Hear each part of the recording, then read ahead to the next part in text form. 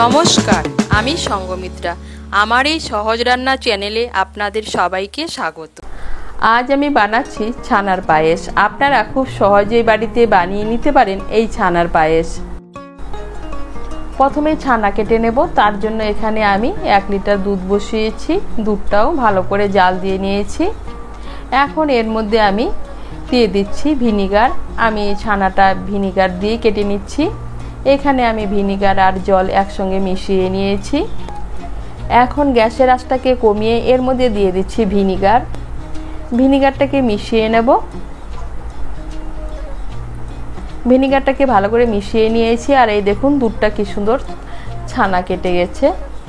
এখন আমি ছানাটাকে নামিয়ে নেব। নামিয়ে ঠান্ডা জল দিয়ে ভালো করে ধুয়ে নেব। ছানাটাকে ঠান্ডা জল দিয়ে ভালো করে ধুয়ে নিয়েছি। এখন আমি ছানার জলটাকে ভালো করে ঝরিয়ে নেব।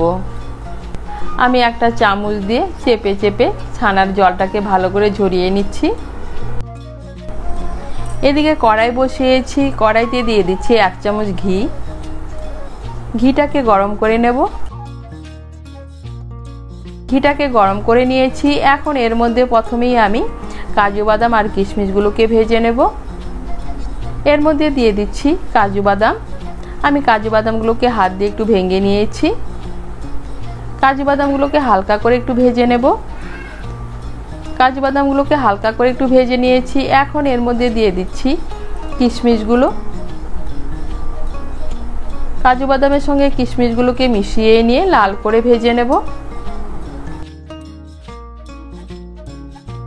এই দেখুন কাজু বাদাম আর কিশমিশগুলোকে লাল করে ভেজে নিয়েছি। এখন আমি এগুলোকে তুলে নিচ্ছি। কাজু বাদাম ভাজার পর কড়াইতে যে ঘি আছে এই ঘিয়ের মধ্যে দিয়ে দিচ্ছি দুধ। এখানে আমি 1 লিটার দুধকে জাল দিয়ে ঘন করে নিয়েছি। দুধটাকে ভালো করে মিশিয়ে নিয়েছি। এখন এর মধ্যে দিয়ে দিচ্ছি 2টো এলাচ। এলাচ দুটোকে মিশিয়ে নিয়ে দুধটাকে আরও জাল দিয়ে ঘন করে নেব। এই দেখুন দুধটাকে জাল দিয়ে আরও ঘন করে নিয়েছি। এখন এর মধ্যে দিয়ে দিচ্ছি গুঁড়ো দুধ। এখানে আমি 2 টেবিল স্পুন গুঁড়ো দুধ নিয়েছি। গুঁড়ো দুধটাকে আমি দুধ দিয়ে গুলে এর মধ্যে দিয়ে দিচ্ছি। এই দেখুন গুঁড়ো দুধটাকে দুধ দিয়ে গুলে নিয়েছি। গুঁড়ো দুধটাকে মিশিয়ে নেব। মিশিয়ে নিয়ে আরও 1-2 মিনিট দুধটাকে ফুটিয়ে নেব।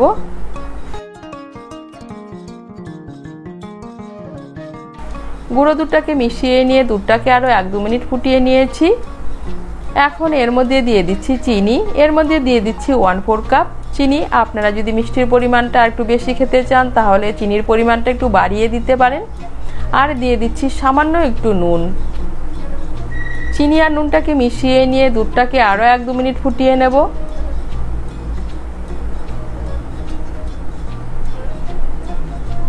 চিনিটাকে মিশিয়ে নিয়ে দুধটাকে আরও 2 মিনিটের মতো ফুটিয়ে নিয়েছি। এখন এর মধ্যে দিয়ে দিচ্ছি জল ঝরানো ছানা।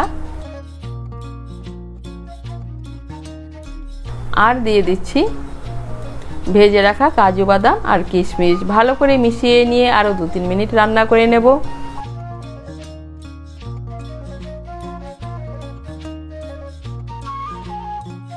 ছানাটাকে মিশিয়ে নিয়ে 2-3 মিনিট রান্না করে নিয়েছি। আর এই দেখুন পায়েসটা অনেকটা ঘন হয়ে গিয়েছে। আমি এর থেকে বেশি আর শুকাবো না, তাহলে ঠান্ডা হলে পায়েসটা একদম ঘন হয়ে যাবে। আমি পায়েসটাকে পরিবেশন করে দেখাচ্ছি।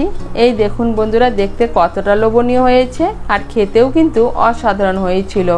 আপনারা খুব সহজেই বাড়িতে বানিয়ে নিতে পারেন এই ছানার পায়েস। আপনাদের যদি এই রেসিপিটি ভালো লাগে তাহলে লাইক এবং শেয়ার করবেন। আর রেসিপিটি কেমন হয়েছে কমেন্ট করে জানাবেন। আরও নতুন নতুন রেসিপি পাওয়ার জন্য চ্যানেলটিকে সাবস্ক্রাইব করে পাশে থাকবেন। ধন্যবাদ।